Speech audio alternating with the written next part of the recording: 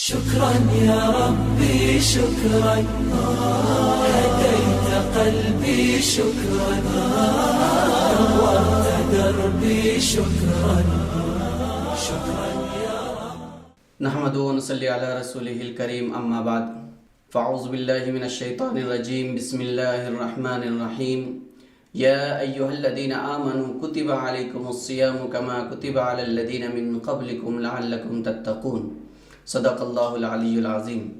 آج ہمارا عنوان ہے سیام کا مطالبہ. سیام یعنی روزہ. روزہ ہم سے کیا چاہتا ہے؟ کیوں اللہ تبارک تعالی ہر سال ایک مہینہ ہم کو روزہ رکھنے کا حکم دیتا ہے؟ اس کا کیا مطالبہ ہے؟ وہ ہم سے کیا چاہتا ہے؟ آج ہم اس کے اوپر مختصر بات کریں گے. اگر ہم اس آیت کے اوپر غور کرتے ہیں جو آیت میں نے تلاوت کی ہے، اے ایمان والو تمہارے اوپر روزہ اسی طرح فرض کیا گیا ہے جس طریقے سے تم سے پہلی امت پر روزہ فرض کیا گیا تھا. اس کے بعد اللہ تعالیٰ اس کا مقصد بیان کرتا ہے لعلکم تتقون، تاکہ تم تقوی والے بن جاؤ، تاکہ تمہارے اندر تقوی آ جائے. پہلے ہم کو یہ سمجھنا ہے کہ تقوی کیا ہے جس کو پیدا کرنے کے لیے اللہ تعالیٰ روزہ ہر سال ہمارے اوپر فرض کر رہا ہے.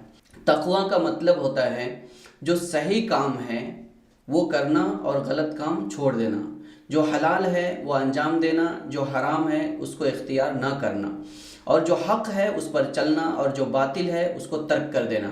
لیکن اس میں اللہ تعالیٰ کا ڈر شامل ہونا چاہیے. اللہ تعالیٰ سے ڈر کر اگر ایک انسان حلال کو اختیار کرتا ہے اور حرام کو چھوڑ دیتا ہے، صحیح پر چلتا ہے اور ناجائز کو چھوڑ دیتا ہے تو اس کو تقوی بولتے ہیں. تو اللہ تعالیٰ جو ہم کو ہر سال روزہ دے رہا ہے، رکھنے کا حکم دے رہا ہے، اس کا مقصد ہے ہمارے اندر تقوی پیدا ہونا. یہ تقوی کیا کسی خاص عمل میں پیدا ہونا چاہیے یا ہماری پوری زندگی کے اندر پیدا کرنا ہے؟ تقوی کسی عمل کے ساتھ خاص نہیں ہے، تقوی پوری زندگی کے اندر عام ہونا چاہیے. اسی لیے ہم تقوی کے 5 شعبے یہاں بیان کریں گے. پہلا ہے تقوی فی الایمان، ایمان کے اندر تقوی. ایمان کے اندر تقوی کا مطلب ہوتا ہے کہ اللہ تعالیٰ کے ساتھ جو ہمارا عقیدہ ہے وہ ایک دم اسی طرح ہونا چاہیے جس طرح اللہ تعالیٰ نے ہم کو عقیدہ رکھنے کا حکم دیا ہے. ایسے ہی رسول کے ساتھ ہمارا عقیدہ ویسا ہی ہونا چاہیے جیسے ہم کو ہدایت دی گئی ہے.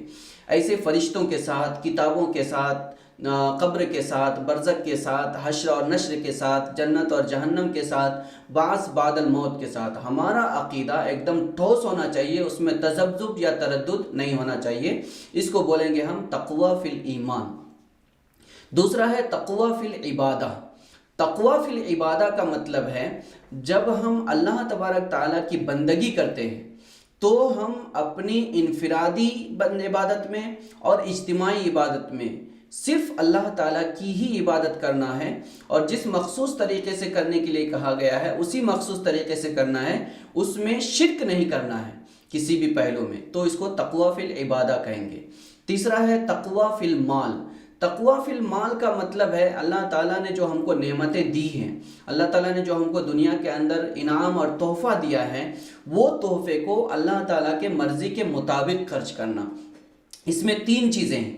آنے کا راستہ کیسا ہونا چاہیے، پرسنل اور ذاتی استعمال میں کتنا اور کیسے خرچ کرنا چاہیے، اور مال کا جو حق ہے وہ حق ہم کو کیسے ادا کرنا. یہ تینوں طریقے اگر اللہ اور رسول کی مرضی کے مطابق ہو جاتے ہیں تو اس کو ہم تقوی فی المال کہیں گے. چوتھا ہے تقوی فی الاعمال. تقوی فی الاعمال، اعمال ہم لوگ بولتے ہیں تو اس سے ہم کو سمجھ میں آتا ہے کہ عبادت صرف اعمال نہیں ہے. قرآن شریف میں کئی جگہ اللہ تعالیٰ نے آمنوا وعملوا الصالحات کہا ہے. ایمان کے بعد جو عمل صالح کہا گیا ہے وہ صرف عبادت کے لیے نہیں بلکہ عمل ہر فیلڈ کے اندر جو بھی ہم کرتے ہیں وہ صالح ہونا چاہیے، وہ صحیح ہونا چاہیے، غلط نہیں ہونا چاہیے، وہ مفید ہونا چاہیے، نقصان دہ کسی کے لیے نہیں ہونا چاہیے. وہ ہے کیا؟ تقوی فی الاعمال. تقوی فی الاعمال کے بارے میں اللہ تبارک تعالیٰ نے قرآن شریف کے اندر کئی جگہ ہدایت فرمائی ہے. وہ نیک اعمال وہی تقوی فی الاعمال ہے.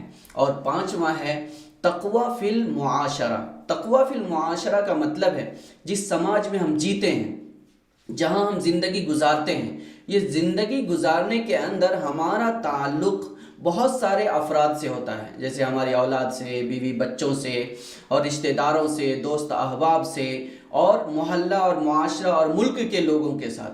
ان تمام لوگوں کے ساتھ ہمارا معاملہ بالکل کلیئر ہونا چاہیے، صحیح ہونا چاہیے، مفید ہونا چاہیے، مضر نہیں ہونا چاہیے۔ تو ہم اس کو بولیں گے تقویٰ فی المعاشرہ۔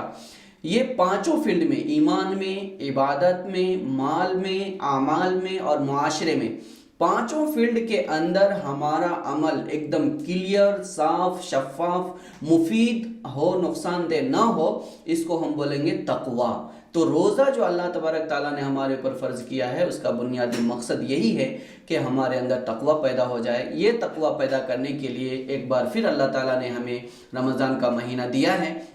اللہ تعالیٰ سے دعا کریں کہ اللہ تعالیٰ ہم سب کو روزے کے اس مقصد کو پورا کرنے کی توفیق عطا فرمائے۔ وآخر دعوانا الحمدللہ رب العالمین، والسلام علیکم ورحمۃ اللہ وبرکاتہ۔ شكرا يا ربي شكرا، هديت قلبي شكرا، نورت دربي شكرا، شكرا